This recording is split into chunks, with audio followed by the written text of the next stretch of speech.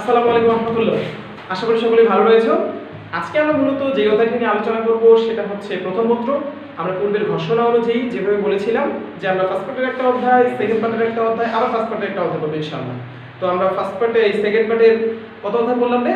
সপ্তম অধ্যায়। হ্যাঁ, সপ্তম অধ্যায় মানব কঙ্কালতন্ত্র আলহামদুলিল্লাহ আমরা খুবই ভালোভাবেই শেষ করলাম।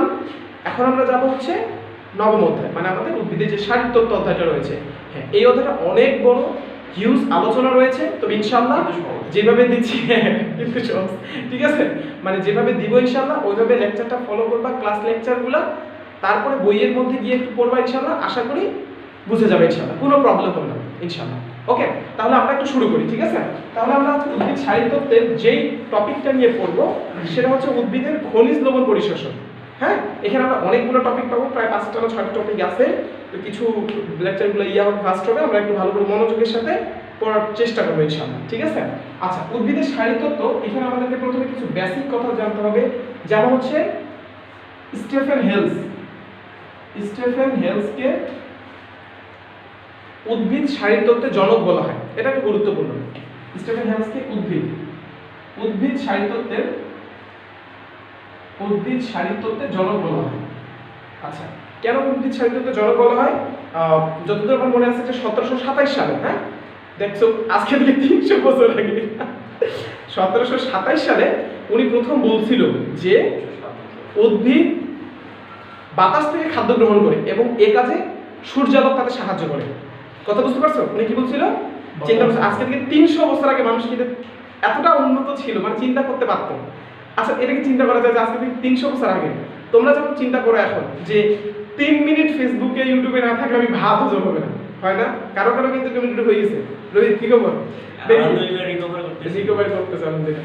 তো চিন্তা করো আজকে থেকে 300 বছর আগে ওরা কিভাবে সময়গুলা করতো, মানে ম্যানেজ করতো। ওদের না ছিল ইউটিউব, না ছিল ফেসবুক, না ছিল টুইটার, না ছিল হোয়াটসঅ্যাপ।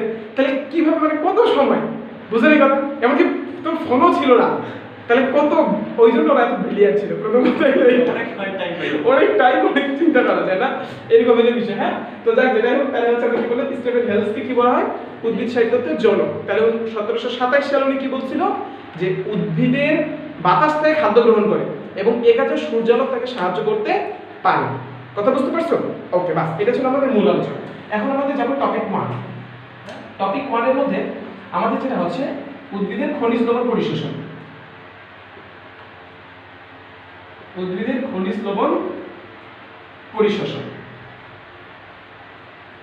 আচ্ছা, উদ্ভিদের খনিজ লবণ পরিশোষণ, এখানে আমাদেরকে যেটা জানতে হবে যে আমরা সবাই জানি যে খনিজ লবণ অত্যাবশ্যকীয় আয়ন কতগুলা? এটা আমরা পড়ছি না? 17টা। কথা বুঝতে পারছো? তোমাদের 9, 10 যেটা ছিল ওইখানে কিন্তু একটু ভুল দেওয়া আছে। বুঝতে পারছো কথা? ওইখানে 16টা দেওয়া আছে, 10টা আর 6টা, কিন্তু এটা ভুল দেওয়া আছে। ইন্টারমিডিয়েটে হ্যাঁ ম্যাক্রোমোল আর মাইক্রোমোল ঠিকই আছে বিষয়টা, কিন্তু আমি যতটুকু 9, 10 বইটা দেখছি ওটা কিন্তু 16টা ছিল। তোমাদের ইন্টারমিডিয়েটে 17টা, এটা হলো রাইট। কথা বুঝতে পারছো? এটা মাথায় রাখতে লাগবে। তাহলে উদ্ভিদের এ পর্যন্ত অত্যাবশ্যকীয় কয়টা পাওয়া গেছে? 17। খনিজ উপাদান উদ্ভিদের অত্যাবশ্যকীয় কয়টা? 17টা। ঠিক আছে, আমি একটু পরে জানবো এর মধ্যে ম্যাক্রো কয়টা, মাইক্রো কয়টা। অত্যাবশ্যকীয় মানে কি? তার দৈনন্দিন জীবন যাপনের জন্য সেটা মাস্ট লাগবে। কথা বুঝতে পারছো? মানে কি, যেটা তার প্রয়োজন হবে এরকম একটা বিষয়, যেটার সাথে চলতে পারবে না। হ্যাঁ, তো এখন আমি বলি এর মধ্যে আমাদের কয়েকটা আয়ন রয়েছে। এর মধ্যে কি বলবো বলতো? কয়েকটা আয়ন রয়েছে, যেই আয়নগুলো একটু ফাস্ট শোষিত হয়। আমরা তো সবাই জানি খনিজ লবণ তো ওই যে কি করে, তোমাদের যদিও সবার এটাই ধারণা যে খনিজ লবণ, সবগুলো খনিজ লবণ আমাদের কি মূলের মাধ্যমে শোষিত হয়, তাই না? মূলের মাধ্যমে মাটি থেকে কি হয়? শোষিত হয়। যদিও এটা সবগুলো না, কিছু আমরা দেখবো যে কি কি না, সেটা আমরা কিছুক্ষণ পর শিখবো ইনশাআল্লাহ। তবে তার মধ্যে বলতেছি হ্যাঁ এটা ঠিক যে বেশিরভাগ খনিজ লবণ আমাদের কি হয়? মূলের মাধ্যমে শোষিত হয়। এখন কথা হচ্ছে স্টুডেন্ট তো সব আছে, তাই না? কিছু স্টুডেন্ট খুব ফাস্ট পড়তে পারে, মানে একবার কপাই দেয়। কিছু স্টুডেন্ট কি স্লো লো লো লো নাকি? তো এই হলো বিষয়। তো এইরকমই কিছু আয়ন আছে খুবই ফাস্ট শোষিত হয়। কথা বুঝতে পারো নাই? আর কিছু আয়ন আছে কি বলতো? মন্থর গতিতে শোষিত হয়। কথা কি বোঝা গেছে? কি বললাম? কিছু আয়ন দ্রুত শোষিত হয় আর কিছু আয়ন কি মন্থর গতিতে শোষিত হয়। এখন আমাদেরকে এটা জানতে হবে যে কোন আয়নটা মন্থর গতিতে শোষিত হয়, কোন আয়নটা ফাস্ট শোষিত হয়। একটু আগে আমাদের ভাত খাওয়া উদাহরণ আসতেছিল না, তাহলে আমরা ওইখান থেকেই কথা আসি। আচ্ছা, মনে করো তুমি খাইতে বসছো, হ্যাঁ, খাইতে বসে হঠাৎ করে কাশি চলে আসলো, ঠিক আছে? এখন কথা হচ্ছে যে যদি কাশি চলে আসে, ঠিক আছে, তাহলে তোমার ভাত খাওয়ার গতি কমবে না বাড়বে? আর এটা কখন আসে বলো তো? মানে ভাতটা যখন খাও, মানে যখন ভাতে পানি না না, মনে করো যে খাইতে গেছো তখন কিন্তু যদি কাশিটা কোনো কারণে চলে আসে, তাহলে যেখানে তুমি মনে করো যে ভাবতেছিলে একটু শান্তি মতো খাবো, আরো কি হলো, অশান্তি সৃষ্টি হলো না? তো যা, তাহলে মনে করো আমরা বুঝতে পারলাম যে যদি আমরা খাইতে বসি তাহলে কাশি চলে আসে, তাহলে খাবার স্পিডটা কমে না বাড়ে? কমে না? ঠিক, তাহলে মনে রাখবা কাশি। কাশিতে কি? কাশিতে carbon die oxide, no, carbon calcium আর সালফেট। ওরে সর্বনাশ, ঠিক আছে? তাহলে আমরা কি বলবো বলতো? কাশি আসলে খাবার গতি বাড়ে না কমে? কমে। তার মানে কাশি আমাদের কি করে? খনিজ লবণের গতি, মানে এই খনিজ লবণগুলো কি মন্থর গতিতে শোষিত হয়, মন্থর গতিতে সালফেট আয়ন শোষিত হয়। তাহলে তোমাদের যদি প্রশ্ন আসে নিচের কোন আয়নগুলো মন্থর গতিতে শোষিত হয়, তাহলে কি বলবা? Calcium R sulphate. Are you understood my dear student? ঠিক আছে? আচ্ছা, এখন হচ্ছে যে তারপর আমরা যদি যাই, কাশি আসলো, আমাদের ক্যালসিয়াম সালফেট এই আয়ন দুটো কি হচ্ছে? স্লোলি শোষিত হচ্ছে। এখন মনে করো বিয়ে বাসায় গেছো তুমি, কে জানে বিয়ে খাই দেখছিল দুদিন আগে? না, আমি সব নভেম্বর 20 তারিখে মনে রাখতে আমি ছোট আমরা আসলে দাওয়াত পাই না। আমি নভেম্বর 20 তারিখে মনে রাখতে আছে। আচ্ছা, আমাদেরকে বিয়ে করতে হবে, ঠিক আছে? এখন বিষয় হচ্ছে কালকে একটা ভালো একটা ইয়া দেখলাম আর কি, ওই যে আজাদি হুজুরের, হ্যাঁ, মানে আমাদের গ্রুপের মধ্যে দিছিল আর কি, বলছে যে অনার্সের শুরুতে বিয়ে করো আর পারলে আরো আগে, ঠিক আছে? না, আসলে এটা জরুরি যদিও, আমার বোনটা দেখলে সরি, ঠিক আছে? এখন বিষয় হচ্ছে যে তোমার না যাক, ওগুলা নিয়ে আমরা কথা বলবো না, তো জরুরি, ওকে? তো ওইখানে বেশিরভাগ কমেন্ট যেটা ছিল, কেউ আব্বু আম্মুকে ফরওয়ার্ড করো, বুঝছো কথা? এই অবস্থা, ভাই আমার বড় ভাইয়ের বিয়ে হয়নি, আমি কিভাবে কি করি, ঠিক আছে? আচ্ছা যাক, তাহলে এখন আমরা দেখবো যে ক্যালসিয়াম আর সালফেট সবচেয়ে দ্রুত শোষিত হয়। এখন আমরা যদি বিয়ে বাসার কথা বলি, বিয়ে বাসায় কি বলতো, একজন মানে কি রকম খাওয়া খাই, বুঝতে পারছি কথা? সবার টার্গেট থাকে বেশি ঢুকা যায় কিনা, বুঝলেন এই কথা? ভক করে গিলতে হবে, মানে তাড়াতাড়ি গিলতে হবে আর কি বেশি খাইতে হবে, ঠিক আছে?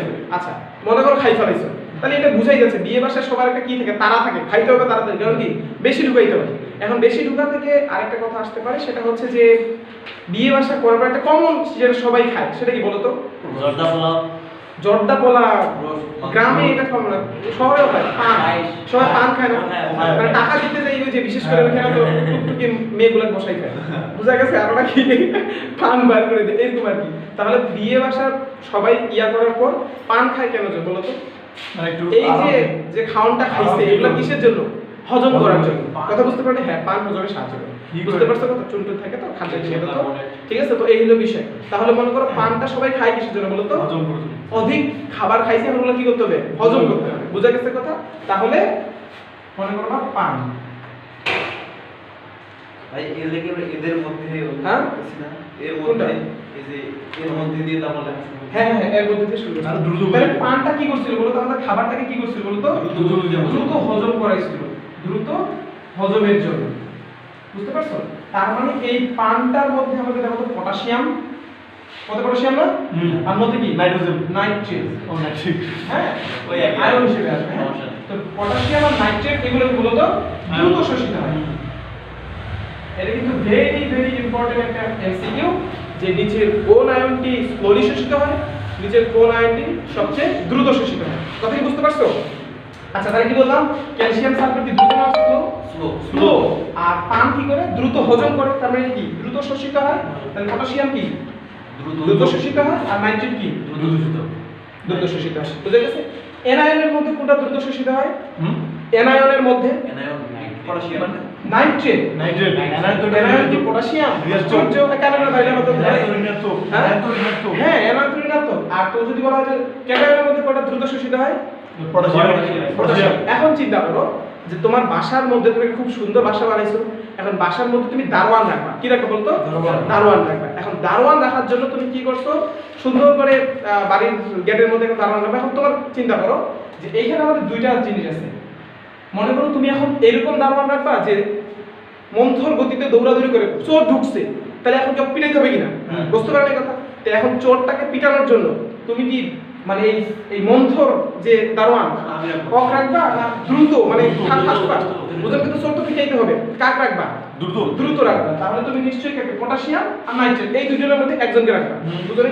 আমরা সচরাচর জানি পটাশিয়াম মানে প্লাস মানে কি ছেলে আর মাইনাস মানে মেয়ে, এটা জানি না আমরা, এনআইএন মানে মেয়েকে বোঝানো হয়। তো এখন কথা হচ্ছে যে তুমি প্রথম কথা হচ্ছে কাকে রাখবা, হজম যে মানে দ্রুত যে সেরকম একটা কি দারোয়ান রাখবা। এখন ওই দারোয়ানটা ছেলে রাখবা না মেয়ে রাখবা? অবশ্যই ছেলে রাখবা। কথা বুঝতে পারছো? তার মানে আমাদের কোষের মানে এক কথায় পত্রই যে আমরা জানি না পত্ররন্ধ্র রক্ষী কোষ, কথা বুঝতে পারলে? তাহলে ওই পত্ররন্ধ্রের দারোয়ান হিসেবে কে কাজ করে বলতো? পটাশিয়াম। তার মানে কথাটা অর্থ হচ্ছে আমরা কিছুক্ষণ পরে বলবো প্রশোধন করবো না? প্রশোধন কিসের কারণে? পত্ররন্ধ্র খোলা আর বন্ধের কারণে হয় না? ওই পত্ররন্ধ্র খোলা ও বন্ধের জন্য আমাদের দায়ী আয়ন কে বলতো? পটাশিয়াম। কথা বুঝতে পারছো? সাহায্য করে। এখানে তোমরা এখন একটু লিখো নোট। সাহায্য করে না পটাশিয়াম? হ্যাঁ, পত্ররন্ধ্রের দারোয়ান হিসেবে কাজ করে, এভাবে আগে লিখো। দারোয়ান হিসেবে কাজ করে হচ্ছে পটাশিয়াম আয়ন। কথা কি বোঝা গেছে কেন পটাশিয়াম আয়ন? কারণ পটাশিয়াম আয়ন খুব দ্রুত শোষিত হয়, বুঝতে পারছো? এবং সেটা হচ্ছে ছেলে। আচ্ছা যাক, যদিও ছেলে না।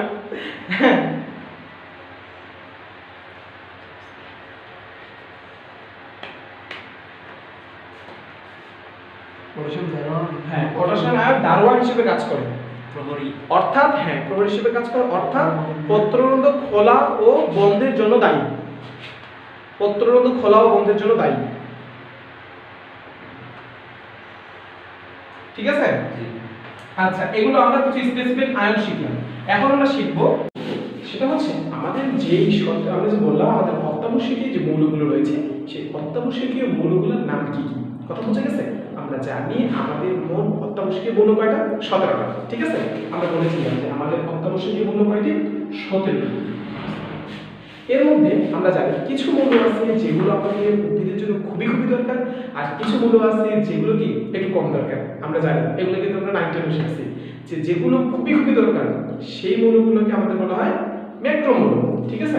আচ্ছা, তাহলে কি বললাম? ম্যাক্রোমৌল, যেগুলো আমাদের উদ্ভিদের স্বাভাবিক বিকাশের জন্য খুবই দরকার তাদেরকে বলে ম্যাক্রোমৌল। আর যেই মৌলগুলো উদ্ভিদের অত্যাবশ্যকীয় কিন্তু তুলনামূলকভাবে একটু কম অত্যাবশ্যকীয় তাদেরকে বলা হচ্ছে মাইক্রোমৌল। মাইক্রোমৌল। আচ্ছা, আমাদের এই যে ম্যাক্রোমৌল রয়েছে মাইক্রোমৌল রয়েছে, কোনটার পরিমাণ কত এটা কিন্তু আমাদের ভেরি ভেরি ইম্পর্টেন্ট। তোমাদের 9-10 বইয়ে যেটা ছিল যে 10টা আর 6টা মেবি 16টা এরকম কিছু একটা ছিল, কিন্তু ওইটা মূলত একটু ভুল ছিল। তার সাথে সাথে আয়রনটাও কিন্তু দেখা গেছে যে ম্যাক্রোমৌলের মধ্যেই আছে। আমি দেখেছিলাম তোমাদের 9-10 বইটা আবার, তো ওইটা কিন্তু মনে হারিয়ে দিতে হবে, কারণ ওইটা কিন্তু ঠিক নেই। আমাদের ঠিকটা করতে হবে। ঠিকটা কি? আমাদের ম্যাক্রোমৌল হচ্ছে 1 থেকে 9, মানে কয়টি বলতো? 9টি, ঠিক আছে? আর আমাদের মাইক্রোমৌল হচ্ছে 10 থেকে 17, মানে কয়টি বলতো? 8টি। 10, 11, 12, 13, 14, 15, 16, 17, মানে কয়টি? 8টি। কথা বুঝতে পারছো? এখন কথা হচ্ছে আমাদেরকে যেটা জানতে হবে নিচের কোনটি ম্যাক্রোমৌল নয় অথবা নিচের কোনটি মাইক্রোমৌল হয়। খুবই খুবই ইম্পর্টেন্ট মেডিকেলের জন্য, ঠিক আছে? ওই জায়গাটা আমাদেরকে ওইভাবেই করতে হবে যাতে করে ভুল না যায়। তোমরা নিশ্চয়ই ওই যে কি হ্যাঁ ম্যাক্রোমৌলগুলোর নাম কি করছো? এমজিকে, ক্যাফরন, আইসোটপস। এটা তোমরা 9-10 থেকে পড়ে আসতেছো, এটা নিয়ে আমি কথা বলবো না। কিন্তু যেগুলো আমাদেরকে মাস্ট মনে রাখতেই হবে, ভেরি ভেরি ইম্পর্টেন্ট, সেগুলো হচ্ছে আমাদের মাইক্রোমৌলগুলো কি কি। মাইক্রোমৌলগুলোর নাম ভুল করে আমাদের মনে হারানো যাবে না, ঠিক আছে? তাহলে আমরা একটু দেখি যে মাইক্রোমৌলগুলোর নাম কি কি আমাদের। মাইক্রোমৌলগুলোর নামটা আমরা কিভাবে মনে রাখবো? খুবই ইজি একটা টেকনিক আছে, খুবই সোজা। আমি বলি, যদি আমরা মাইক্রোমৌলের নামগুলো মনে রাখতে পারি তাহলে আমাদের ম্যাক্রোমৌল মনে রাখার দরকারও হয় না, তারপর আমরা মনে রাখবো ইনশাআল্লাহ, কোনো সমস্যা নেই, ঠিক আছে কথা? আচ্ছা, আমরা এখন দেখি মাইক্রোমৌলগুলোর নাম কি কি। হ্যাঁ, আয়রন, আমরা জানি এফিটা আয়রন, মেন, মোনা, এইভাবে তাহলে সুবিধা হবে। মোনা, কপার, আহা এটা একটু মনে হয় হচ্ছে না, জায়গার আমাদের সমস্যা হচ্ছে, আমরা একটু এই পাশে, ঠিক আছে? এখন জায়গাটা মধ্যে আমি ইন্টারভিউ করবো। আচ্ছা এটা নিয়ে দরকার দেখো কিভাবে হবে আয়রন মেন মোনা কপার ক্লাবে যায় মনে করো এই যে যায় তোমাদের যে বাংলাদেশ মেসেজ লিখো না তোমরা ঠিক মেসেজ লিখছি কি লিখছি আয়রন মেন এটা তোমরা এইভাবে কথাটা বলবা আয়রন মেন মোনা কপার ক্লাবে যায় এইটাই আমি তোমাদের একটু মেসেজিং ফর্মে লিখছি কি লিখছি আয়রন মেন মোনা কপার ক্লাবে যায় দেখো তো আয়রনতে আয়রন মোনাতে হলো ম্যাঙ্গানিজ Mn হলো ম্যাঙ্গানিজ মোলিবডেনামতে হলো মোলিবডেনাম MO N হলো সোডিয়াম কপারতে হলো কপার Cl তে ক্লোরিন B তে হলো boron not beryllium it's a boron ঠিক আছে ক্লাবে বতে বোরন ঠিক আছে এটা কিন্তু ওই বতে বোরন এভাবে মনে রাখো B এতে তো বুঝিও আর J তে হলো জিঙ্ক জাইতে জিঙ্ক কত বুঝতে পারছো তাহলে দেখো 1 2 3 4 5 6 7 8 আলহামদুলিল্লাহ আমাদের 8টা মিলে গিয়েছে ঠিক আছে তাহলে এটা হচ্ছে আমাদের মাইক্রোমোলগুলো এখন আমরা ম্যাক্রোমোলগুলো করব তোমাদের ম্যাক্রোমোলের যে কমন উদাহরণ সবাই প্রায় মনে রাখো MgK cafe for nice jobs ওটা দিয়ে মনে রাখতে পারো আমিও ওটাই শিখাই তোমাদেরকে সেটা কি MgK cafe for nice jobs CHOPS এখানে আমাদের একটু টিপটাপি করতে হবে আমরা বডির এতটা জায়গা পাই রাখতে ইয়া করব একটু বুঝিয়ে দিই হ্যাঁ তো কি হয় আমরা একটু দেখি এখানে MgK Mg ঠিক আছে তারপরে আমাদের K তে হলো পটাশিয়াম এই যে তারপর Ca তে ক্যালসিয়াম এই Fe তে কিন্তু আয়রন বুঝবা না এইজন্য বললাম এই জায়গাটা কিন্তু সাবধান এইখানে আয়রনটা রাইট কিন্তু এইখানে এখানে আয়রন বুঝবা না এইজন্য একটা ছোট হাতের ক্যাফে দিছি কথা বুঝতে পারছো তাহলে Fe তে কিছু নাই ফরতেও কিছু নেই মানে ছোট হাতের Fe কিছু নেই N তে নাইট্রোজেন C তে কার্বন H তে হাইড্রোজেন O তে অক্সিজেন P তে ফসফরাস S তে সালফার কথা বুঝতে পারছো তাহলে দেখো 1 2 3 4 5 6 7 8 9 আলহামদুলিল্লাহ মিলে গেছে তাহলে এখানে হচ্ছে আমাদের ম্যাক্রোমোল 9টা মাইক্রোমোল হচ্ছে 8টা তাহলে 9 আর 8 কয়টা 17টা কথা বুঝতে পারছো এখন আমাদের আরো কয়েকটা জিনিস মনে রাখতে হবে সালফারের আরেক নাম কিন্তু গন্ধক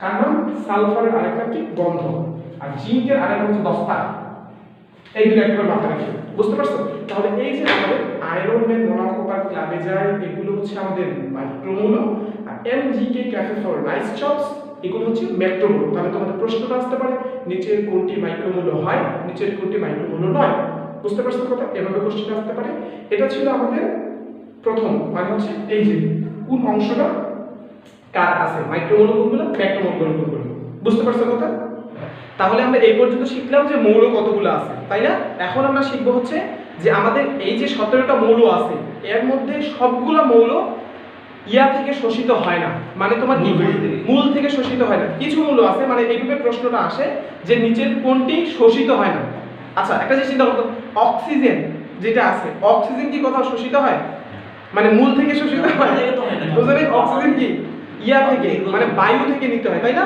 এরপরে আমাদের কার্বন ডাই অক্সাইড বায়ু থেকে নিতে হয় হাইড্রোজেন কিন্তু মানে তোমার ওই মূল থেকে শোষিত করে নিতে হয় না হাইড্রোজেন পানির মাধ্যমে বাইরে হয় বুঝলেন কথা কিসের মাধ্যমে বলতো পানি থেকে পানি ভেঙে গিয়ে হাইড্রোজেন আয়ন আর তোমার হচ্ছে হাইড্রোক্সিল আয়ন তৈরি করে না ওইখান থেকে আসে হাইড্রোজেন কথা বুঝতে পারছো তাহলে আমরা বুঝতে পারলাম যে এই যে 17টি মৌল আছে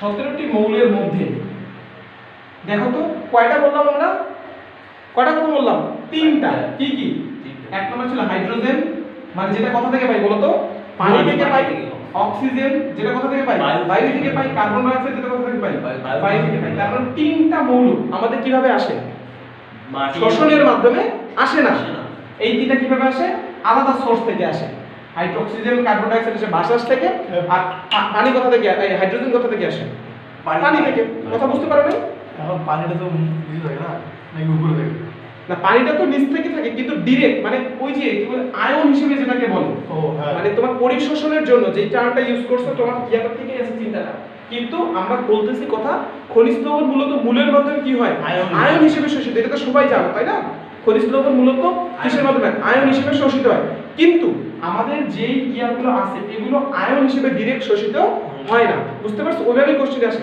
নিচের কোনটি আয়ন হিসেবে শোষিত হয় না বা নিচের কয়টি আয়ন হিসেবে শোষিত হয়। অনেকে বলবে ও তার মানে ইয়া তো মৌল, তো তাহলে তো নিশ্চয়ই এটা 17টা শোষিত হয়।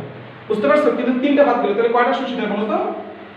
14টি মৌল, 14টি মৌল আয়ন হিসেবে শোষিত হয় ডাইরেক্ট। বুঝতে পারছো কথা? ডাইরেক্ট আয়ন হিসেবে শোষিত হয়, মনে থাকবে কথা কি? বুঝতে পারছো কি বললাম বলো তো? তাহলে 3টা বাদ দিয়ে সবগুলো আয়ন হিসেবে ইয়েস, 3টা বাদে বাকি সবগুলোই কিসে কিভাবে শোষিত হয় বলো তো? আয়ন হিসেবে শোষিত হয়। বাস এই পর্যন্ত আমাদের মোটামুটি মনে রাখতে হবে। এখন আরেকটা এখানে একটু তোমাদের সময় একটা নতুন আসছে, তো এটা পড়ে নিলেই হয় ইনশাআল্লাহ। সেটা হচ্ছে যে কিছু মৌল কিছু উদ্ভিদের জন্য বিশেষভাবে প্রয়োজন। বুঝতে পারলে কথা? কিছু থাকে না যে বিশেষায়িত প্রতিষ্ঠান, তোমাদের ক্ষেত্রে যেটা মানে একটু ঠিক আছে, আমাদের যে অন্যান্য ইয়াগুলো আছে, তো এই হলো বিষয়। তো কিছু আয়ন আছে যারা কি অন্যদের জন্য বিশেষায়িত। তো এটা এমসিকিউ এর মাঝে সাথে আসে, আমরা একটু লিখে ফেলাই। নোট লিখো। যেমন ঘাসের জন্য হচ্ছে সিলিকন একটা বিশেষায়িত মৌল, যাদেরকে বলা হয় উপকারী মৌল। কি বলবো বলো তো? সিলিকন তো বালবই সিলিকন বালুর মধ্যে থাকে, তারপরে এটা ভালো না, বুঝা গেছে কথা? উপকারী মৌল, এই মৌলগুলো কি বলবো বলো তো? উপকারী মৌল। তারপর হচ্ছে সোডিয়াম C4 উদ্ভিদের জন্য। C4 উদ্ভিদ আমরা C3 C4 উদ্ভিদ 19 এ পড়ছিলাম। হ্যাঁ, ওই যে আমাদের আমজাম কাঁঠালি উদ্ভিদগুলো কিন্তু হচ্ছে C4 উদ্ভিদ। ঠিক আছে? আচ্ছা, মানে গরম পরিবেশে যারা ইয়া করতে পারে। ঠিক আছে? আর এটা হচ্ছে কোবাল্ট, নাইট্রোজেন ফিক্সিং লিগিউমের জন্য। নাইট্রোজেন তোমরা ইয়াতে পড়ছিলা, কিন্তু ওই যে চতুর্থ অধ্যায়ে আমি তোমাদের পড়েছিলাম নাইট্রোজেন ফিক্সিং লিগিউম, ওই যে কি বলে তোমাদের শিম জাতীয় উদ্ভিদের নিচে এক ধরনের ইয়া জমা হয়, পড়াইছিলাম না? মনে নাই কথা? লাইকেনে আছে নাইট্রোজেন ফিক্সিং লিগিউমের জন্য মানে এই নাইট্রোজেনটা ফিক্সিং করার জন্য খুবই বেশি সাহায্য করে বলো তো কোবাল্ট। কথা বুঝতে পারছো? তাহলে এই তিনটা কি বলো তো? উপকারী মৌল। মনে থাকবে কথা? এটা এমসিকিউর জন্য ভেরি ভেরি ইম্পর্টেন্ট। নিচের কোনটি কার জন্য উপকারী হিসেবে কাজ করে? কি নিচের কোনটি, মনে করো সিলিকন, যদি বলছে ঘাসের জন্য উপকারী মৌল হিসেবে কোনটি কাজ করে, তাহলে কি সিলিকন। কথা বুঝতে পারছো? যদি বল সোডিয়ামের জন্য কি C4 লেখা হয়েছে। আচ্ছা, থ্যাংক ইউ। তাহলে এখন আমরা গেল, এটা হচ্ছে মোটামুটি আমাদের মৌলগুলো কি গেল।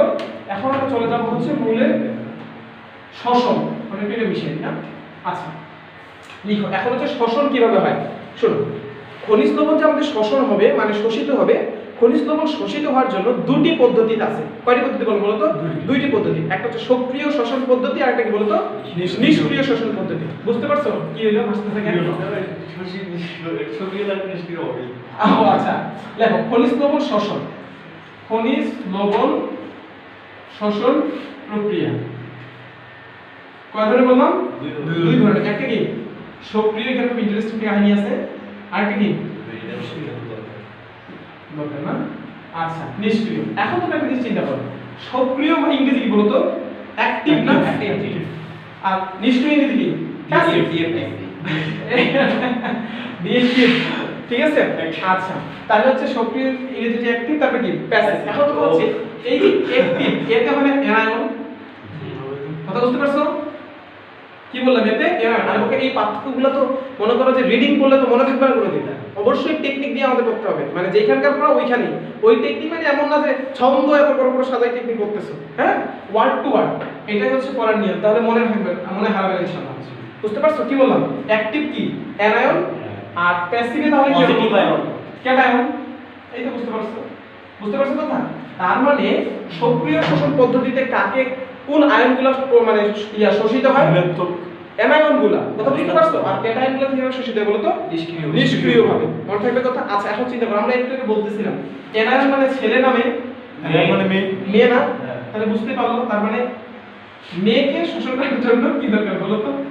আচ্ছা, এখন চিন্তা করো, আমি তোমাদেরকে বলি।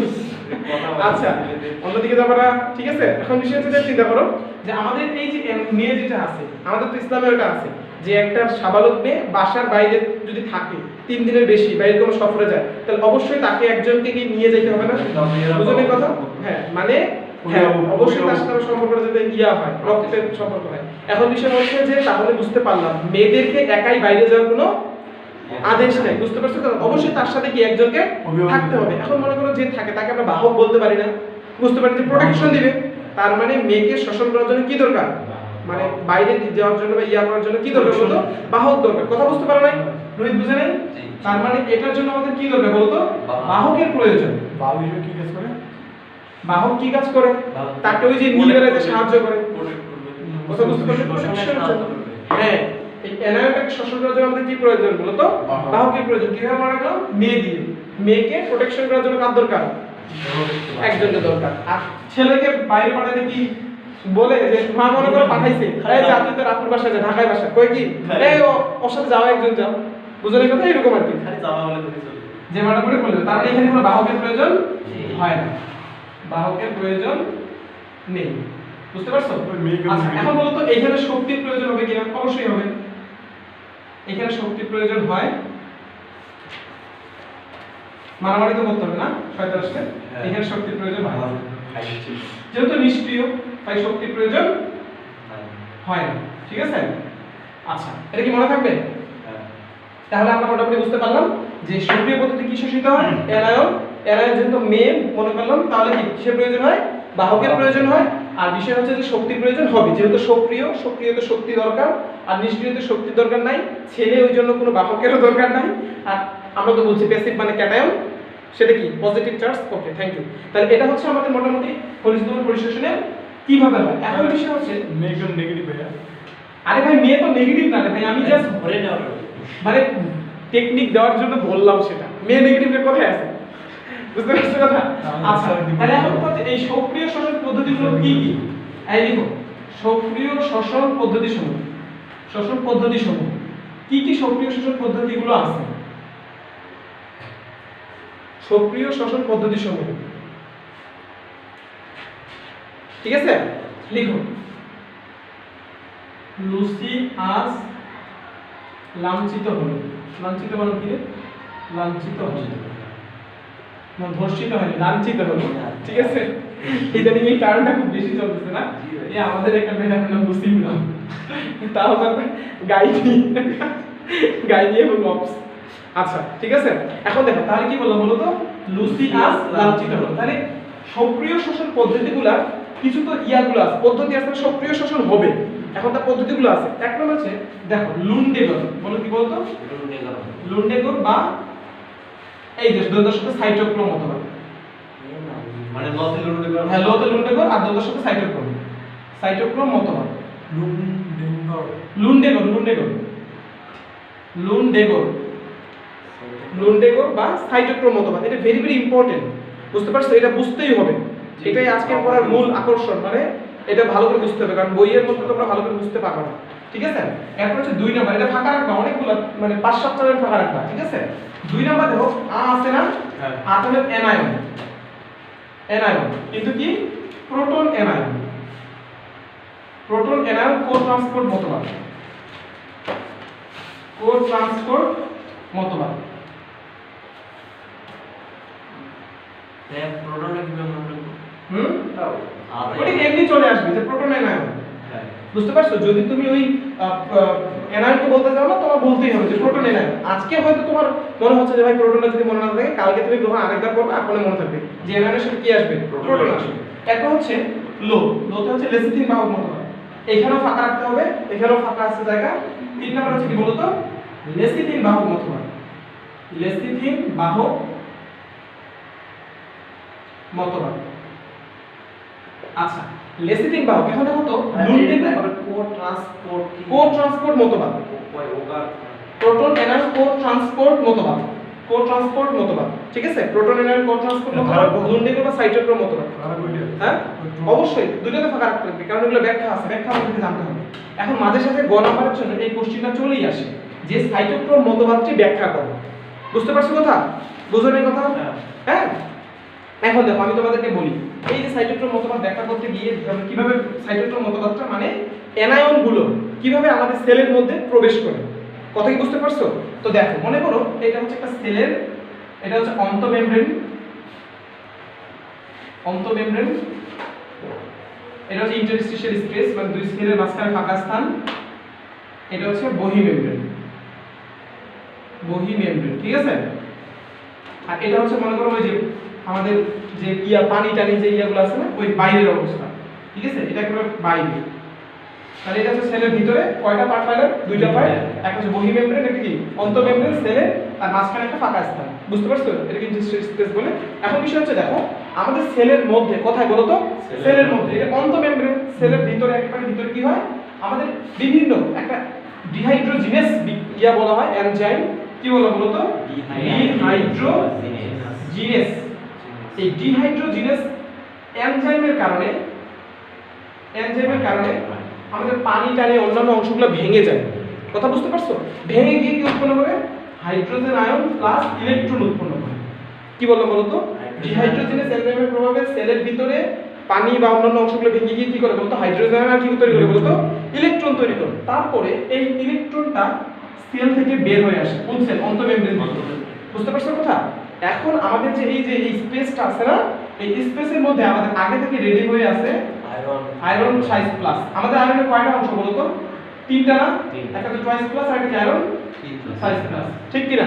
বুঝতে পারছো কথা? হ্যাঁ। এখন আমরা বললাম এই আয়রন সাইজ প্লাসটা সেলের মধ্যে এই যে দুই সেলের মানে ফাঁকা স্থানে কি ঘুরে বেড়াচ্ছে, তখন কি হয়?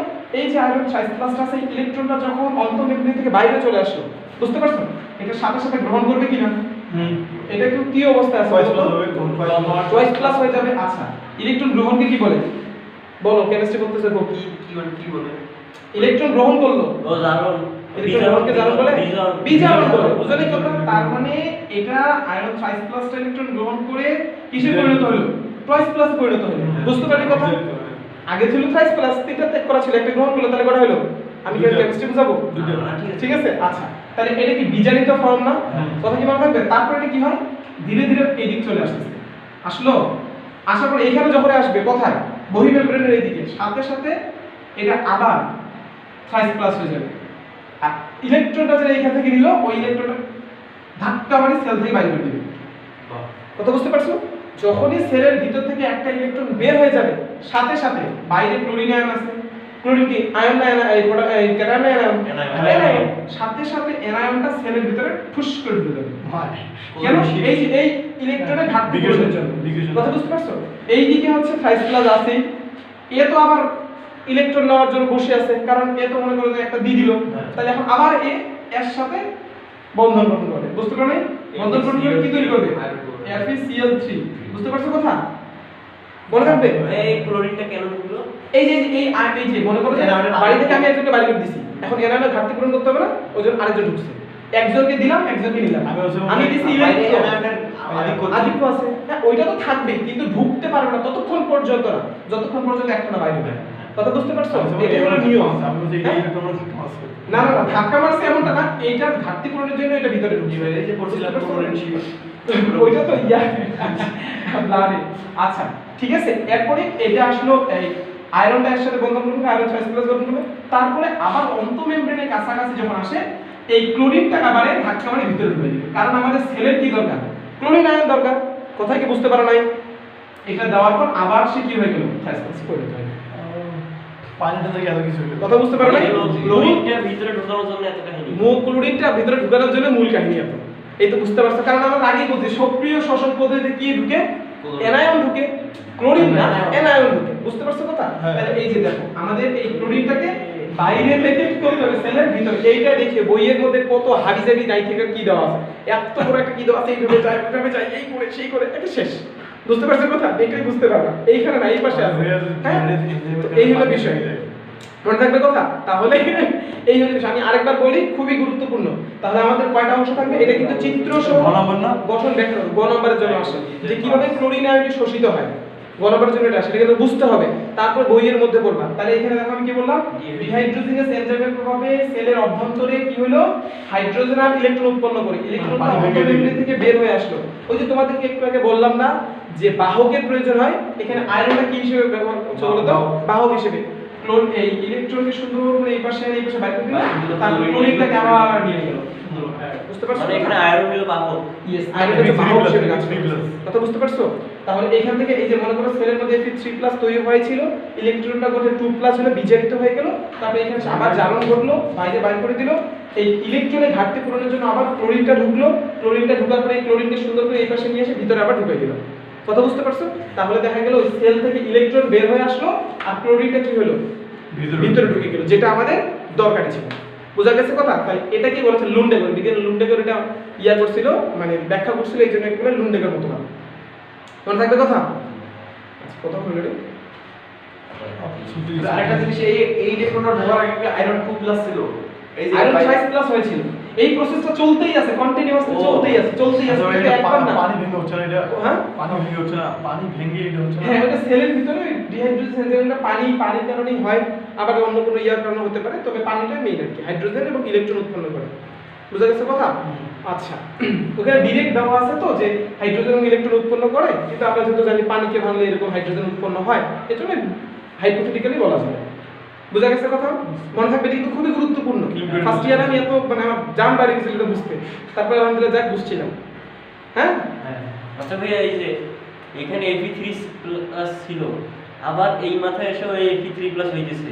এই মাথায় এসে আবার 3+ হচ্ছে, কারণ ইলেকট্রনটা বের করে দিতে হবে। হ্যাঁ, যখন ইলেকট্রনটা বের করে দিলে তখনই আবার 2+ থেকে 3+ এ পরিণত হয়ে কিন্তু যাবে। ভাই ছিলই তো 3+, আবার 2+ এর দরকারটা কি ছিল? 2+ হওয়ার দরকারটা হচ্ছে এই ইলেকট্রনটাকে বাইরে আনতে হবে। বাহক হিসেবে কাজ করতেছে না? রান দিয়ে হয়েছে। ওর কাজই হলো ওইটা, বুঝতে পারছো? মানে তোমার কাজ হলো দোতলা থেকে নিচতলায় দিকে মালটা ফেলাই দেওয়া, ওই মালটা আবার মনে করো যে নিচে আসা, আবার ওটা নিয়ে যাওয়া। এরকম দেখো না, কিছু মানুষ মাথায় করে নিয়ে যায় বস্তা, এখান থেকে নিয়ে ওখানে ফেলাই দেয়, আবার আসে কি করে ফেলাই দেয়, আবার আসে ওখানে ফেলাই দেয়।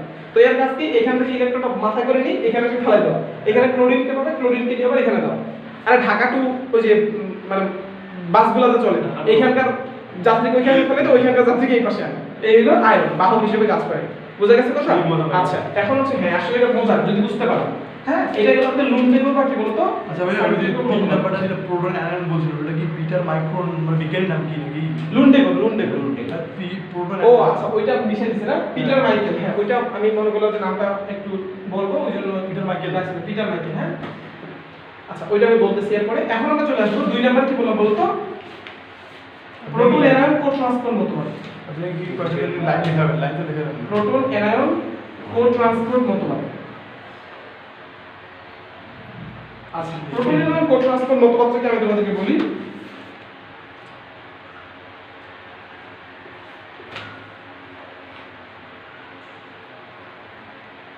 আচ্ছা দেখো, এইখানেও অবশ্যই সক্রিয় পদ্ধতি, কথা বুঝতে পারো নাই? কি বলো বলো তো? সক্রিয় পদ্ধতি। প্রত্যেকটা সক্রিয় পদ্ধতিতে একটা কি থাকতে হবে বলো তো? বাহক থাকতে হবে। মনে থাকবে কথা? প্রত্যেকটা সক্রিয় পদ্ধতি কি থাকতে হবে? একটা বাহক থাকতে হবে। সেম এস এইখানেও মনে করো আমাদের বাহক থাকবে অবশ্যই। তো এখানে কি হয়, এখন কি ওই প্রক্রিয়ার মধ্যে কি এটা ডিরেক্ট এরকম হবে? না, ওই রকমই একটা প্রক্রিয়া যার মাধ্যমে আমাদের এনায়নগুলো কোষের মধ্যে ঢুকবে, কিন্তু কি হবে বলতো? একটু হয়তো আলাদাভাবে হবে। কথা বুঝতে পারছো? এই জন্যই তো আরেকটা মতবাদ আসছে, প্রোটন এনায়ন কোড ট্রান্সপোর্ট মতবাদ। ওইভাবে একভাবে এনায়ন ঢুকতে পারে, আবার এইভাবে এনায়নও ঢুকতে পারে। তাতে বুঝতে পারছো? এখন কিভাবে এটা হয় আমি তোমাদেরকে বলি। আমাদের এটা মূলত হয় পিএইচ এর কারণে। কিসের কারণে বলতো? পিএইচ গ্রেডিয়েন্টের কারণে, মানে নতিমাত্রা তৈরি যেটাকে বলে। তো কি হয় আমি তোমাদেরকে বলি।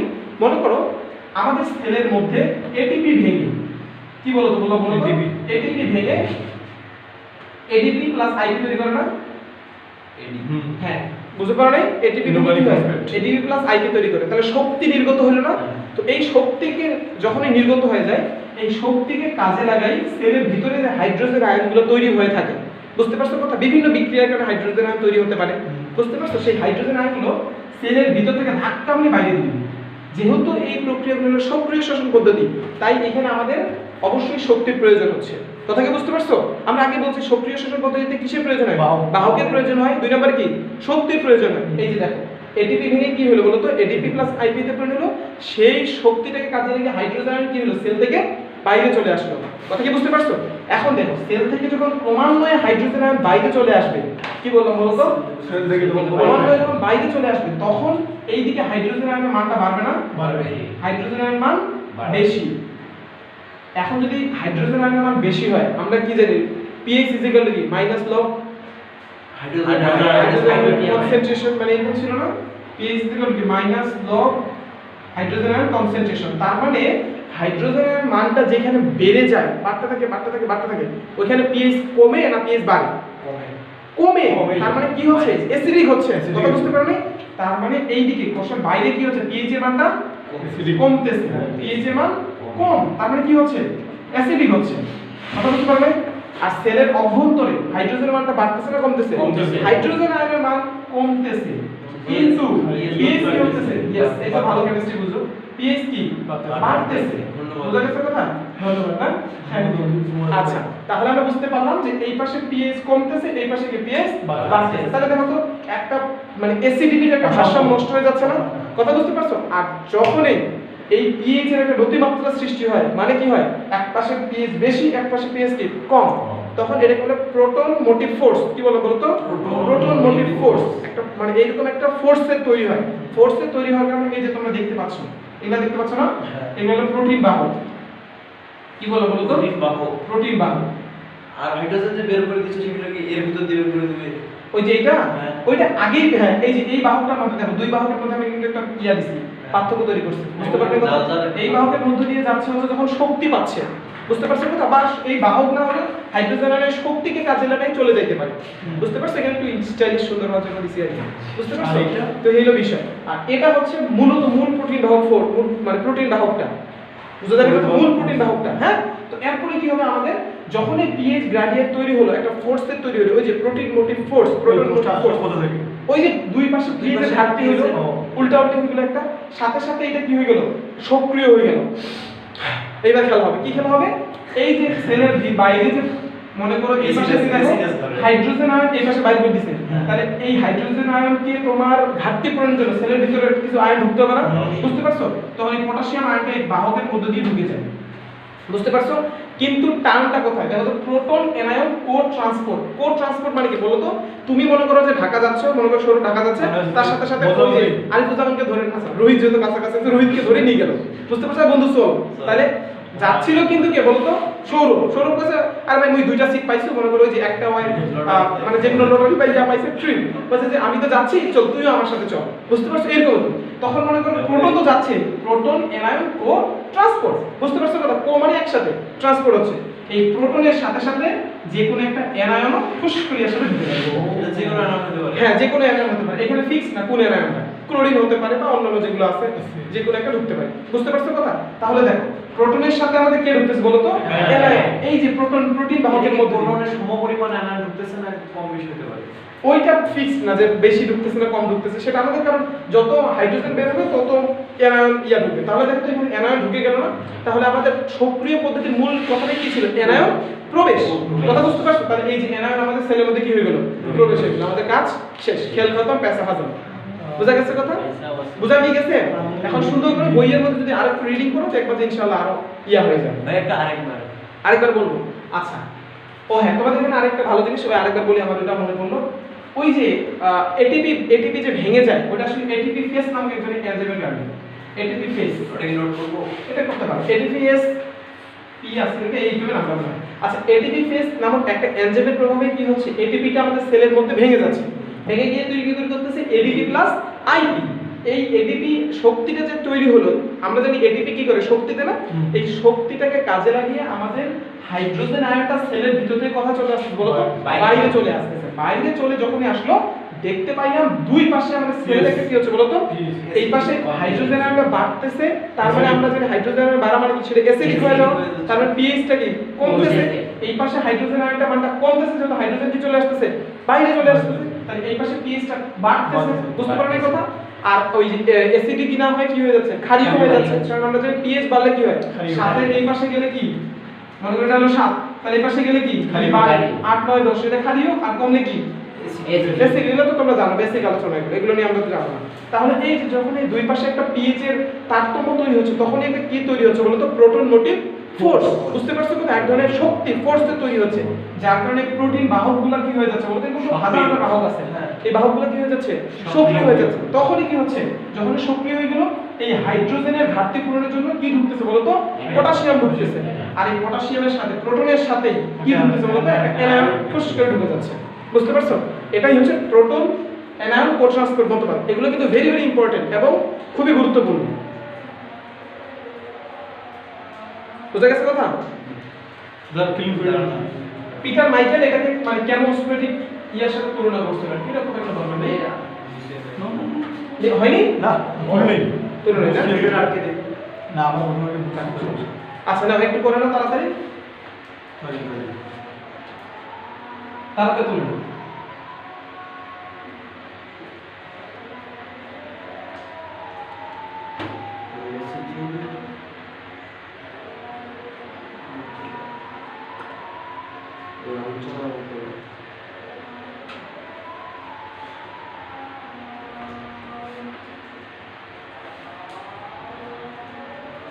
হয়ে গেছে কাজটা। আচ্ছা একটু হাত চালাও, আমরা অনলাইন কাজ করতেছি। ঠিক আছে?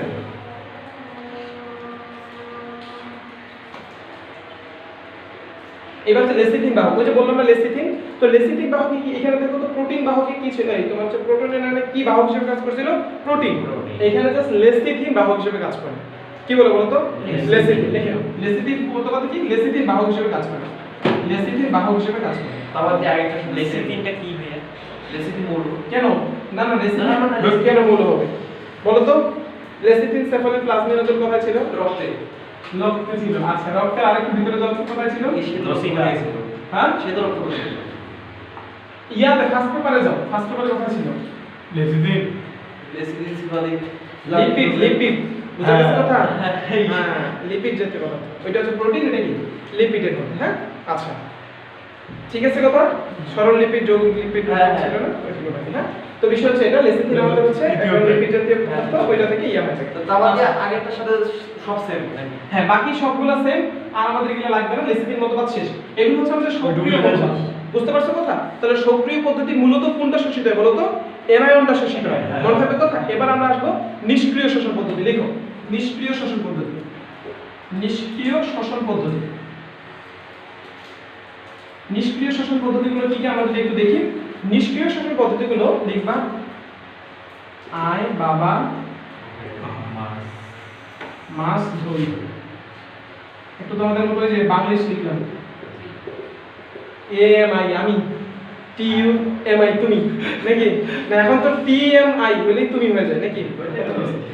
এই যে স্টোরেজ হুম স্টোরেজ স্টোরেজ সমস্যা নেই। ওই কাজ করে আচ্ছা দেখো তাহলে হচ্ছে আয় বাবা কি বলতো? মাছ ধরি। এক নম্বর হচ্ছে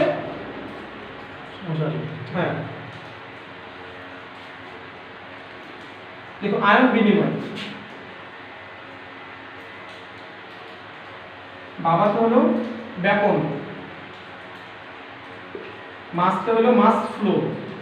মাস ফ্লো মানে কি বলতো? মানে প্রচুর পরিমাণে ইয়া আর কি মাস ফ্লো। দুজনের কথা ভর প্রচুর। আমার বাংলা ক্লাস না সরি, মানে আরে ব্যাপক প্রবাহ।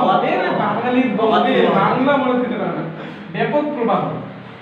আর 3 নম্বর হচ্ছে ধরিতে হলো দিকে দনান সাম্যাবস্থা। দনান সাম্যাবস্থা না আমাদের শেষ করব। দনান সাম্যাবস্থা ঠিক আছে? তাহলে একটা হচ্ছে আয়ন বিনিময়। আয়ন বিনিময় কি? নিষ্ক্রিয় পদ্ধতিতে। মনে করি এটা একটা সেল, সেলের মনে করো এখন বাইরে গেল হচ্ছে হাইড্রোজেন আয়ন, হ্যাঁ তার বিনিময়ে যাবে আসবে হচ্ছে পটাশিয়াম আয়ন। বুঝতে পারছো? আর হাইড্রোক্সিল আয়ন তার বিনিময়ে যাবে হচ্ছে ক্লোরিন আয়ন। কথা বুঝতে পারবে? দনান সাম্যাবস্থা। দনান সাম্যাবস্থা কি বললাম বলো তো? মনে করো সেলের ভিতর থেকে যেহেতু নিষ্ক্রিয় পদ্ধতিতে কোনটা বেশি শোষিত হয়? ক্যাটায়নটা। বুঝতে পারলে? তাহলে হচ্ছে মনে করো হাইড্রোজেন একটা সেলের ভিতর থেকে বাইরে চলে আসলো, তার বিনিময় হিসেবে কি ঢুকলো বলো? পটাশিয়াম ঢুকলো। যদি কোনো কারণে অ্যানায়ন চলে আসে হাইড্রোক্সিল, তাহলে তার বিনিময়ে কি ঢুকবে বলো তো? ক্লোরিন। এরপর হচ্ছে ব্যাপক প্রবাহ। ব্যাপক প্রবাহ মানে কি? সরি ব্যাপন মানে ব্যাপন। মনে করো এই পাশে সেলের এই পাশে মনে করো প্রচুর পরিমাণ পটাশিয়াম আয়ন আছে। বুঝতে পারলে কত? তাহলে এই পটাশিয়ামটা ব্যাপন পদ্ধতিতে কি চলে যাবে? সেলের ভিতরে চলে যাবে। আমরা জানি বেশি স্থান থেকে কি কম স্থানে যায়। বুঝতে পারছো কথা? আচ্ছা এবার হচ্ছে ব্যাপক প্রবাহ। ব্যাপক প্রবাহ মানে বিশেষ করে এটা হয় হচ্ছে প্রসেদন টানের ফলে। কিসের ফলে বলতো? প্রসেদন টানের ফলে। আচ্ছা মনে করো যে প্রসেদন, প্রসেদন মানে কি? পানি বের হয়ে যাওয়া। যদি প্রচুর পরিমাণ পানি বের হয়ে যায় তাহলে প্রচুর পরিমাণ পানি ঢুকবে না, তাহলে ব্যাপক প্রবাহ হচ্ছে মাস ফ্লো। হ্যাঁ এর কারণে কি হয়? কিছু আর যখন পানি যাবে তার সাথে কি যাবে? আয়ন যাবে। বুঝতে পারছো এটা। আচ্ছা ডোনান সাম্যাবস্থা, ডোনান সাম্যাবস্থাটা কি? ডোনান সাম্যাবস্থাটা হচ্ছে সেলের ভিতরে কিছু অব্যাপনযোগ্য আয়ন থাকে। কি বললাম বলো তো? অব্যাপনযোগ্য। অব্যাপনযোগ্য মানে সেলের ভিতরে আমাদের অব্যাপনযোগ্য হয় না। কতগুলো কি থাকে বলতো? আয়ন থাকে। মূলত এটা আয়ন বলতে অ্যানায়ন থাকে, ঋণাত্মক অ্যানায়ন, না নিষ্ক্রিয় বলতেছি না। অ্যানায়ন থাকে। সেলের মধ্যে কিছু কি বলতো? অব্যাপনযোগ্য অ্যানায়ন থাকে। হ্যাঁ, তো এই অ্যানায়নগুলো কি হয়? নড়ানড়িত করে না, কারণ এগুলো অব্যাপনযোগ্য। তখন বাইরে থেকে মনে করো যে তাকে প্রশমিত করার জন্য, সাম্যাবস্থায় আনার জন্য আয়ন এসে একে কি করে বলতো? সাম্যাবস্থা করে দেয়। একে বলে ডোনান সাম্যাবস্থা। এটা অল্প কিছু আয়নের জন্যই ঘটে। ভাই, এই যে অবনযোগ পদার্থ বাইরে থেকে না না, সেলের ভিতরে থাকে, সেলের ভিতরে। ঠিক আছে, সেলের ভিতরে থাকে, এখন রক্ত সাম্যাবস্থায় আনতে হবে। তো এর জন্য কি হয়? কিছু পটাশিয়াম, কারণ ওই যে বললাম অ্যানায়ন, বুঝতে পারলি? মনে করো ক্লোরিন অ্যানায়ন আছে, অব্যাপনযোগ্য সে, তো একটা মনে করো প্রশমন করতে হবে, তার জন্য মনে করো পটাশিয়ামটা কি হলো? আসার পরে কি করে দিল? পটাশিয়াম করে দিল। এরকম আর কি। বুঝতে পারছো কথা? আচ্ছা, কিন্তু এটা স্পেসিফিক যে এটাই এমনটা না, কোন কোন আয়ন পরে ওইটা দেওয়া নেই, এই জন্য আমাদের ওগুলো নিয়ে যাওয়া দরকার। জাস্ট মনে করো অব্যাপনযোগ্য অ্যানায়ন থাকে, সেটাকে প্রশমিত করার জন্য কিছু কি ঢুকতে পারে বলতো? ক্যাটায়ন ঢুকতে পারে, পজিটিভ আয়ন ঢুকতে পারে, কারণ আমরা জানি নিষ্ক্রিয় পদ্ধতি কোনটা যায়? ক্যাটায়নটা যায়। কথা বুঝতে পারছো? আয়ন বিনিময়টা আয়ন বিনিময়টা হচ্ছে যে মনে করো যে সেলের ভিতর থেকে বাইরে একটা চলে আসলো, মনে করো হাইড্রোজেন চলে আসলো, বুঝতে পারছো? তাহলে তার বিনিময়ে কি ঢুকবে? পটাশিয়াম ঢুকবে, আরেকটা ক্যাটায়ন ঢুকবে, ওইটাই হলো আয়ন বিনিময়। যে একটা আমি বাইর করে দিছি, আরেকটা আমার ঢুকাই দিতে হবে, এটা হচ্ছে আয়ন বিনিময়। মনে থাকবে? বের হবে কেন? হ্যাঁ, বের হবে কেন? আল্লাহ, মনে করো যে সেলের ভিতরে তোমার হাইড্রোজেনের কোনো দরকার নেই, বুঝতে পারছো? পটাশিয়ামের দরকার, বুঝতে পারলে? তখন সেল কি করবে? হাইড্রোজেনকে আর রাখবে না, হাইড্রোজেনকে বাইর করে দিবে। আর হাইড্রোজেন বাইর হলে তারপর মধ্যে কি আসবে? পটাশিয়াম ঢুকবে। বুঝতে পারছো কথা? আচ্ছা, ওকে, থ্যাংক ইউ। তাহলে এগুলো হচ্ছে আমাদের মোটামুটি নিষ্ক্রিয় শ্বসন পদ্ধতি। মনে থাকবে কথা? আচ্ছা, এখন আমরা চলে যাব খ নম্বর কোশ্চেন নিব। তো আমাদের বাড়ির কাজ হোমওয়ার্ক। খ নম্বর কোশ্চেনটা আমাদের কি? সক্রিয় ও নিষ্ক্রিয় শ্বসন পদ্ধতির পার্থক্য লিখ। যদিও এটা আমি করে ফেলাইছি একবারে, তাই না? জি। শ্বসন পদ্ধতি পার্থক্য করতে হবে। সক্রিয় নিষ্ক্রিয় শ্বসন পদ্ধতি কি বলবো বলতো? পার্থক্য বর্ণনা করো। মনে থাকবে? আচ্ছা, এখন আমাদের আরেকটা জিনিস লাগবে, সেটা হচ্ছে প্রভাবক সমূহ। এটা গ নম্বরের জন্য ইম্পর্টেন্ট, প্লাস একটা সিকিউ প্লাস এমসিকিউ দুটার জন্যই এটা আমাদের ইম্পর্টেন্ট একটা টার্ম। কি বলবো বলতো? গড়াবারে, হ্যাঁ, প্রভাবক সমূহ ব্যাখ্যা করো। খনিজ লবণ শ্বসনে প্রভাবক সমূহ, এবার লিখবো প্রভাবক সমূহ ব্যাখ্যা করো। খনিজ লবণ কি বললাম বলতো? শ্বসনের কি প্রভাবকগুলো ব্যাখ্যা করো। আচ্ছা, প্রভাবক মানে আমরা একটা সবাই জানি যে যেটা কি করবে? প্রভাবিত করবে। সেটা হতে পারে পজিটিভ প্রভাবক, সেটা হতে পারে কি নেগেটিভ প্রভাবক। বড় ভাই থাকতেই পারে, যে বড় ভাই কি করবে? আরে চল দুটো টান মারে আসি, ঠিক আছে, চিল ব্রো, নাকি? তো এইরকম হলো বিষয়। আবার কিছু বড় ভাই থাকতেই পারে কি নাকি? আচ্ছা, ঠিক আছে, সব মিলে ভর্তি ভাই ইনশাআল্লাহ। ঠিক আছে, তো এই হলো বিষয়। তাহলে আমাদের সেটা থাকতে পারে পজিটিভ, সেটা থাকতে পারে কি নেগেটিভ। মনে থাকবে কথা?